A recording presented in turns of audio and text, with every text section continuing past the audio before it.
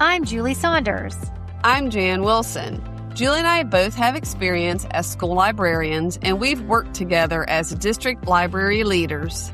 In each episode, we'll dive into our profession with interviews and meaningful content to inspire you. The ideas and opinions shared by any host, guest, or listener are their own and do not represent those of any respective school district. Welcome to Library Exchange. This episode is supported by our friends at Kids Discover. We are sure you remember the beautifully written and illustrated Kids Discover magazines on topics like the American Revolution, ancient Egypt, and ecology.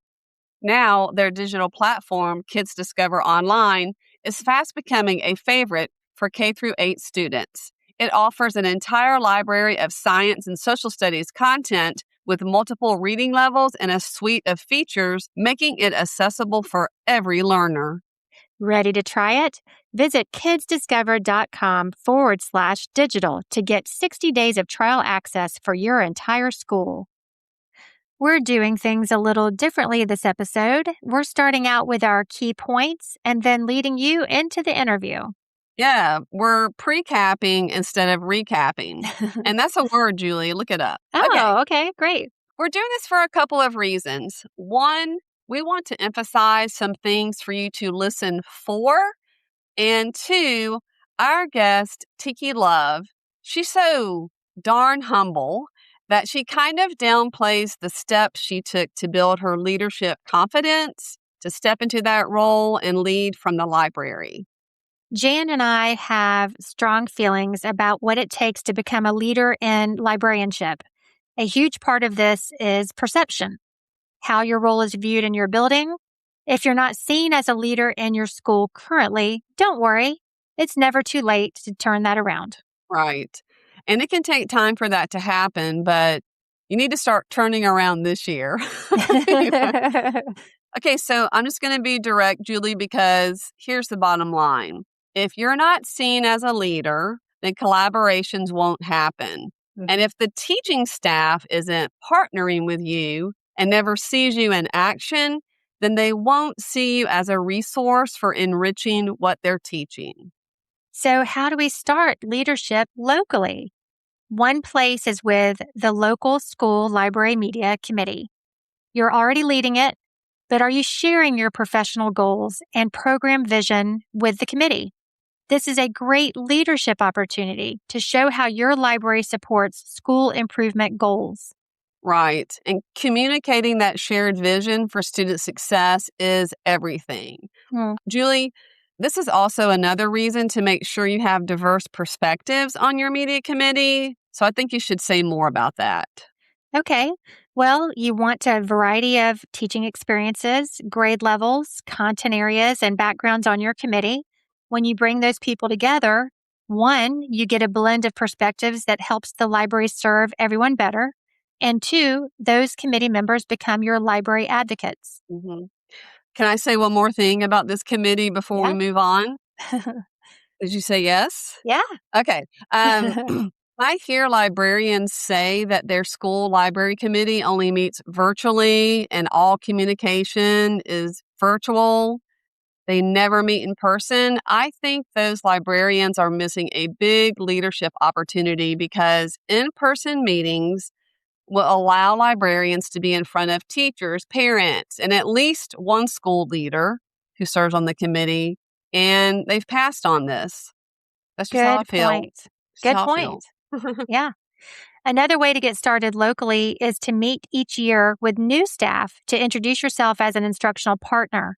Take this opportunity to share a few successful collaborations. Librarians need to consistently highlight their instructional role. Show your expertise and leadership in teaching information and media literacy skills.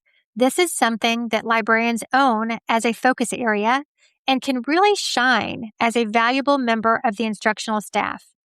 As you'll hear Tiki say in the episode, she says, we're doing the work as librarians, but how can we make sure people see the work? Yeah, you've said this many times before, Julie, but to make sure people see that work, we need to reflect on our individual schools because every school is unique, as you know, full of different personalities. So take a few minutes to think about the teachers in your building who are leaders. What makes them stand out? Why do others respect them? Is it their reliability, their knowledge, the fact that they are forward thinking? And as you and I know, they're the teachers who present on professional learning days. They stay positive, they run clubs, and they're usually the teachers that school leaders go to for honest feedback. So, to match that, you have to ask yourself, do you solve problems like an administrator, like a leader? If your library suddenly needs to be used for an emergency like a broken AC unit in a classroom, how do you respond? This is not the time to debate with an administrator about the impact on your lesson plans. It is the time to say, I'll handle rescheduling my classes. Let me get the space ready. Leave the knee jerk victim mentality at the door. Yep, we've all been there. Mhm. Besides solving problems, do you communicate like a leader? Let's say you're asked to sub in a classroom for a teacher who had to leave for some reason. Are you responding as a team player? And that should sound something like, you need my help. I do need to shift a few things, but we can make this work. Listeners, those are just two examples, and Jan and I want to acknowledge the reality here. We know many of you are asked constantly to sub or cover lunches, but that's exactly why being proactive matters. How do we keep those types of requests to a minimum? Number one, don't work in a silo. Be proactive about sharing lessons and events with school leaders, whether it's on social media, a shared calendar, or a newsletter. And another way to break out of that silo is to lead professional learning sessions at your school.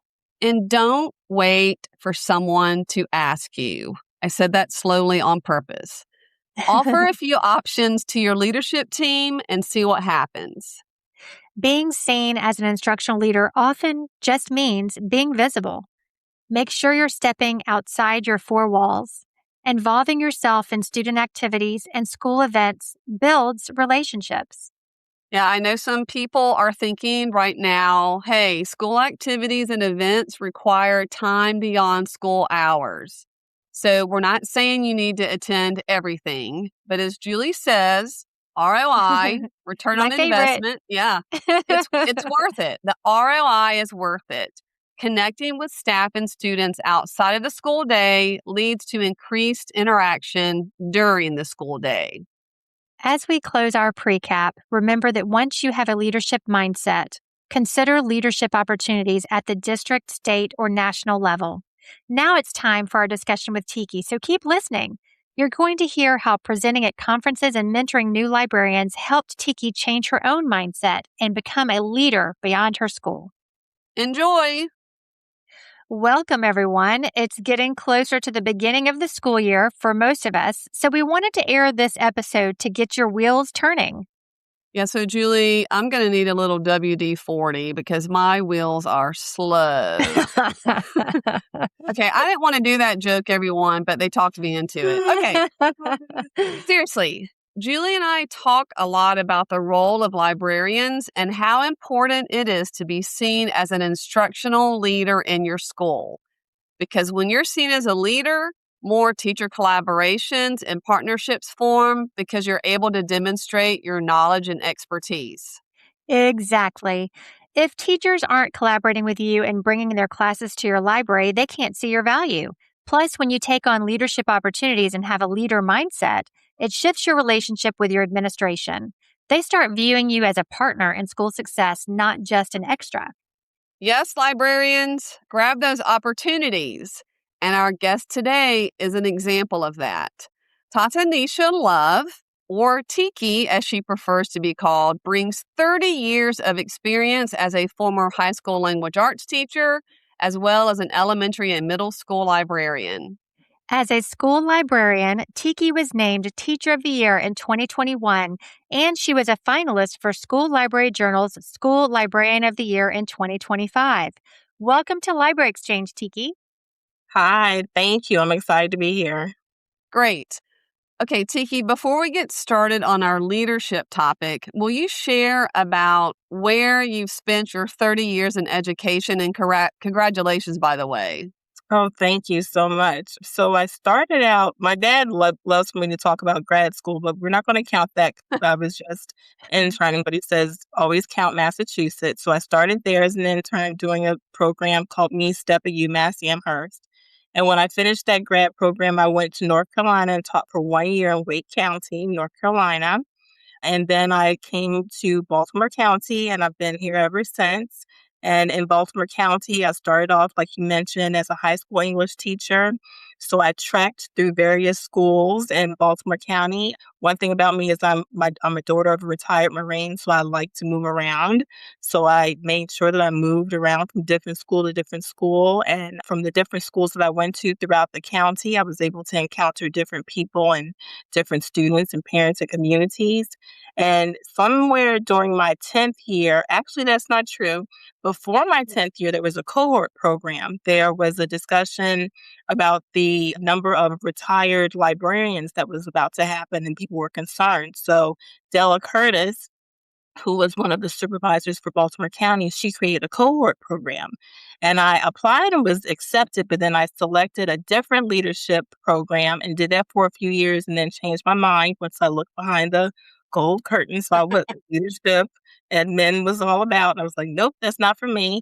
And so then I spoke with another librarian at a school where I was English teacher, Fran Glick, and I said, I'm thinking about getting back into the library cohort. And she said, hey, you should. You'd be really good at it. So I applied, got back into it, and that's where I've been ever since. And so I've done different schools as a library media specialist, and I ended up my what is now considered my last year on the elementary level. And there we go. I think that's about 30 years in 3 minutes. Wow. That's a fulfilling Yeah. career. Amazing. Well, Julie, you remember what I call that when people work at all three levels? The trifecta. The trifecta. I like that. Yeah, there Okay. you go. And now a word from our sponsors. This episode is sponsored by Mackin. For over 40 years, Mackin has provided pre-K through 12th grade libraries and classrooms with access to over 4 million printed and digital fiction and nonfiction titles. The 26-time multi-award winning digital content management system, Mackin Via, along with divisions Mackin Library, Mackin Classroom, Mackin Maker, Mackin Learning, and the brand new whole school resource management system, Mackin Vision, help to create a truly unique and robust educational resource company that schools and educators have relied on year after year. For more information, visit mackin.com today. So, Tiki, you've mentioned before that early on you faced a challenge that so many school librarians face, feeling like you weren't being seen as a leader in your building. What was the turning point, and how did you use your library program to change that perception? So it stemmed from I had a new administrator, and I was doing pretty much the same program that I had for the library program. But however, before that time, it wasn't where I would go in and, oh, I'm doing this and show, electronically what I was doing, or I invite them in. It was just assumed on my end that they would see what I was doing and they would see that I was viable as an employee or a staff member. And fortunately, the principal at that time was a little bit myopic in his view of what a librarian could do. And then also there were a few other things. I was also part of the faculty council. So then there was discussion, and the faculty council real quick is like our union representatives in our school building. So then there was discussion about changing my schedule because it's flexible scheduling on the middle school level. And there was a discussion to revamp it to where it was more like an elementary fixed type of schedule where I would be having classes throughout the day instead of being able to go into the classrooms and working with the community, etc. So I spoke with my supervisor, who I mentioned earlier, Della Curtis, and she was like, Tiki, part of that's because you're not advocating for yourself. You're not showing what you're doing, and you have to really speak up for yourself and make sure people see what you're doing in the library and take it outside. So that stuck with me. And from that point on, I was really focused on not just making sure that I was doing work, because I was always doing the work, but making sure that people saw the work that I was doing. So then I started doing different programs outside the library, bringing more resources in, highlighting those, whether it was at that point, Twitter was a big thing for me. So I was using Twitter and then Facebook and some other social media, and then just making sure people could see the different things that were going on in the library, and also making sure that the parents and the other staff members talking about the different things that the library program was doing for them as well as the students. And then I would put together different videos, and I forgot what I used at that time, but I used some type of video format to put the pictures and the recordings of their voices and the different things we did in the library, and present those to the principal so that he could see some of the great things that were going on in the library. And then from there, it just continued to grow, and that's something that always stuck with me when my supervisor, Della Curtis, was saying, "You're not advocating for yourself. You're not showing what you're doing in your library." Mhm. So I think too, you had mentioned something about some professional development that you shared, something about expanding the library beyond the walls and libraries shouldn't be an island. Can you tell us a little bit more about that? Yes. So at that time, also, I was looking for quite honestly, I was looking for different things that I could do to make sure I could shine a spotlight on what I was doing in the library. So there's two things I could talk about. There was a program, or rather a conference, that the Black Caucus of the American Library Association had in Atlanta, Georgia, called the NCAL conference. So I applied to present information about that, the different things I was doing with project-based learning in the library, and how I was building a reading community, but by doing different things using project-based learning elements and connecting it to research. And so when I was accepted to do that presentation, I went to the NCAL conference through BCALA, and that was like not just the aha moment for me, but it also seemed to make me feel like I was more of a leader, because people started seeing me as a leader as a result of that, especially BCALA. I was encouraged after that meeting with different people on the executive board to apply to be on their executive board. And so then that led to me doing different things for different boards that way. And then also, the big thing for me was making sure that whenever I saw an opportunity for an educator, it might not necessarily have been something for a librarian, but like there was a sustainability program, the Walton State Sustainability Program at Arizona State University. And when I had a teacher who was interested in doing that, she was looking for a partner, I was like, yes, I would say yes to a lot of things instead of saying no, because I didn't want to. Remember how I said the principal at that time was a little myopic in his view? In some ways, I might have been a little bit myopic in my view as well. Mm. So by me going to different programs and expanding my, idea of what I could do with the library program to make it come to life, that tended to help quite a bit as well. So it was different opportunities that helped me. And then when you mentioned the presentation I did for Baltimore County at the time, and actually I think I did it at another conference outside of Baltimore County as a presentation where I talked about no librarian is an island. And I talked about the different resources, not just, and there's nothing wrong with, focusing on the library and your community and your administrators and teachers, et cetera, but involving the parents, because in leadership, they talk about stakeholders. So you bring in your parents, you bring in the different businesses in the area. We had a partnership with the Baltimore County Public Library, because during one of our PDs, they talked about how we could utilize the Baltimore County Public Library as a partner. So then I would reach out to the branch that was connected to my schools, and I would say, hey, can we do something with the book club? Because that was an issue where I didn't have enough books for the book club. And so then they would come in, whether it was joined into the library. It started off as meeting in the library once a month, and then it segued to different schools during lunchtime, et cetera. So it's just a lot of things. By saying yes, and then also changing my view, it helped to change the view that others had of the library program itself. Thank you for all of that. But Tiki, you didn't stop at the local level. Will you describe how you kept growing to become a leader at the district and state levels? Yes. So one thing that led to that was everything was always based on a need. So when I was working with Mazel, we had an advocacy committee, and we saw that there was a need for getting more librarians involved. And a lot of times it might have been formal or informal, whether it was through Mazel or through my school district, working with librarians to help them to see that they could be advocates. And real quick, a lot of times, especially, gosh, I'm trying to get the years together. But back in the past, advocacy was almost like a bad word, because Mm. everyone was like, I can't do that, and so it was just, small steps, getting people to realize through some sessions that we had through Maslin, and then also in my school district doing presentations where I would talk about ways that we could be pro advocates. A lot of times people talk about being proactive, but we wanted to talk about pro advocacy. So working with the advocacy committee, we came up with different examples of ways that people could be pro-advocates, and also offered opportunities that led to, I think, something that we're going to talk about a little bit later in our state of Maryland with school librarians. And then working in my district, informally working with librarians even up until this past year, talking about ways that they can speak to the school board, build constituents who would like to speak up for what the school libraries are doing, connecting those partnerships, which I think we're going to talk about as well. In the state of Maryland, we have a great partnership of not just school libraries, but public libraries, academic libraries, et cetera, that work together. And so together, I think we make sure that we work to build those relationships and those mentor opportunities so that more librarians can advocate for themselves in their school library programs. Wow, that's amazing. So it sounds like you really helped other librarians find their voice and I leadership. try. Yes.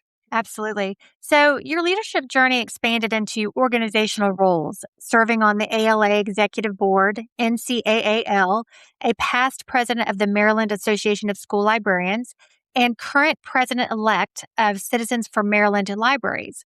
For listeners who look at a resume like yours and wonder, how does that happen? How did those opportunities happen? Yeah. Gotta wipe my brow. Good Lord. You know what the funny thing is, and I always forget to mention this. So when we were in COVID, I made like a little post-it list of things I wanted to do. And so I'll just go down a list of the things and then I'll tell you which ones I was able to accomplish. I said I wanted to write more. I said I wanted to learn how to beatbox, learn a foreign language, and serve. And so I went gangbusters with the service part. The writing part, because I meant to say like for fun or, write a story or poetry, it became more of writing about advocacy and letters and requesting this, which was fine, but I was doing a lot of writing, newsletters, etc. And so based on all those things, it led to me saying yes to a lot of things, especially sitting at home when we were isolated. A lot of the time, I was like, well, what can I do? And I would, join this committee and that committee, and then work with different people and make sure that different things were being shared. So every time I said yes to a different committee in ALA or MASL, which is the Maryland Association for School Libraries, that led to me actually getting a phone call from Jane Terby for the Citizens for Maryland Libraries. And she was like, oh, I heard about the work that you're doing with MASL. We would love to have a school librarian on our board. Have you heard about Citizens for Maryland Libraries? I said, no.